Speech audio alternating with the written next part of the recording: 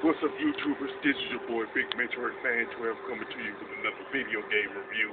And this time I'm reviewing Die Hard, released for the NES and Commodore 64 by Activision and Pack-In Video. And it's pretty much based off of the first Die Hard movie starring Bruce Willis.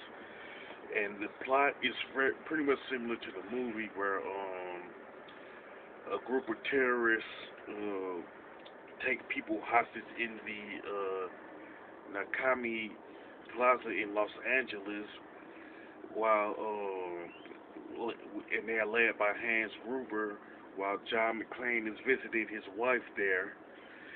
Now, since the terrorists took over this particular plaza, John McClane pretty much had to take on these group of terrorists by himself.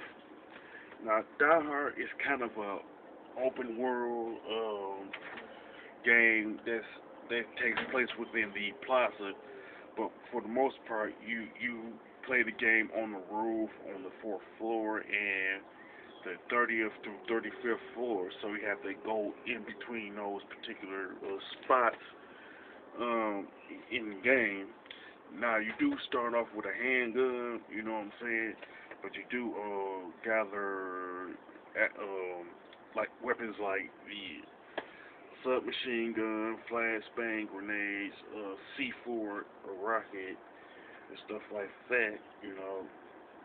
Plus, you pretty much fight different types of enemies, like the green-shirted guards, red-shirted guards, blue-shirted guards, Carl and Hans. Now, Hans and Carl are the other two characters from the movie that's in the game. Now, as far as items are concerned, you can get keys to unlock different doors. You can get soda cans. Up here in Michigan, we say pop, but anyway, you use them for help to restore your health.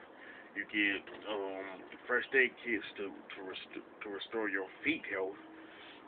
In this part, I would say they are remaining faithful to the movie, because there's a scene, if you've seen the first Die Hard movie, where John McClane's feet get cut by glass on the floor after the terrorists shot up were trying to kill him, and they ended up shooting the windows where John McClane was. Of course, his feet get cut.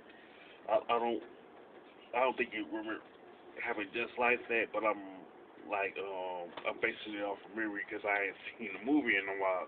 But anyway, this is the scene this is where the foot health thing comes from. You know what I'm saying?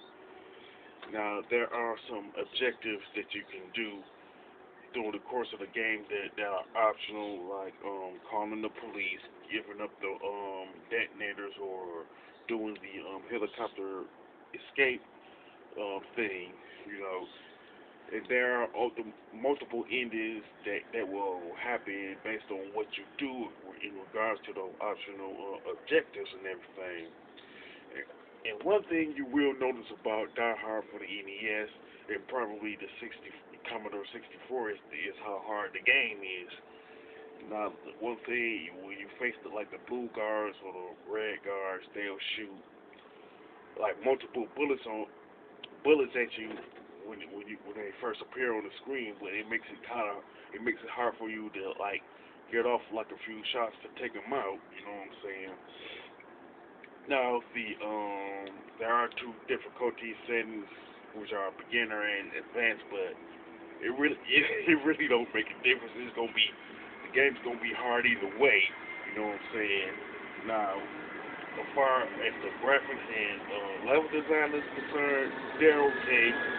They have color palettes and sprites that I was gonna play anyway. The graphics and level designs are okay with decent color palettes and sprites, but they didn't age well necessarily. You know what I'm saying? Now, the controls and gameplay are pretty straightforward and everything, but the hit detection is really poor due to the difficulty. You know what I'm saying? Because of the guards shoot whatever any which way, you know what I'm saying, which makes the game harder than a $3 steak, you know what I'm saying. Well, as far as the soundtrack is concerned, it's pretty generic and forgettable, you know what I'm saying, and it really doesn't set any standards at all, you know what I'm saying. But my biggest gripe with Die Hard on the NES at least is the difficulty, you know what I'm saying?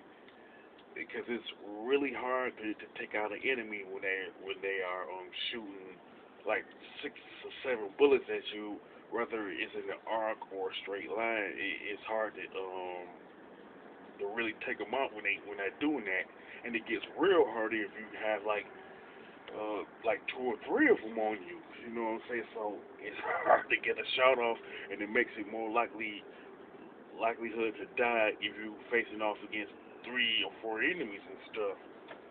And plus, speaking of that, you only have 1 life in the game, so if you die, that's it. You get a game over, and there's no continues. Neither makes it look a little more frustrating. You know what I'm saying? So that's the biggest gripe that I have with the game is the difficulty. Now, Die Hard for the NES could have been a good game, but it was pretty much, if it wasn't for the difficulty and stuff. Because of that, to me, it ended up just being a hard mediocre game that's a movie tie-in. You know what I'm saying? I would recommend it for say retro gamers and YouTubers who do let's plays and stuff. Yeah, I'll do that, but I would recommend it more to hardcore gamers who pretty much wants a challenge.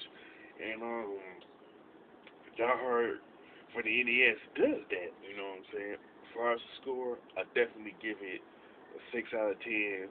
You know what I'm saying? It's not as bad as say Back to the Future or Beetlejuice, but it's not as good as Batman the video game made by Sunsoft on the NES neither. Now, with that being said, if you played Die Hard for the NES or the Commodore 64, you can mention it in the comment section. You know, if you like it better than I do in terms of difficulty, you can also mention that. If you like my review of Die Hard for the NES and the Commodore 64, don't hesitate to click the thumbs up button, and don't forget to subscribe. This is your boy Big Metro Fan 12 signing off.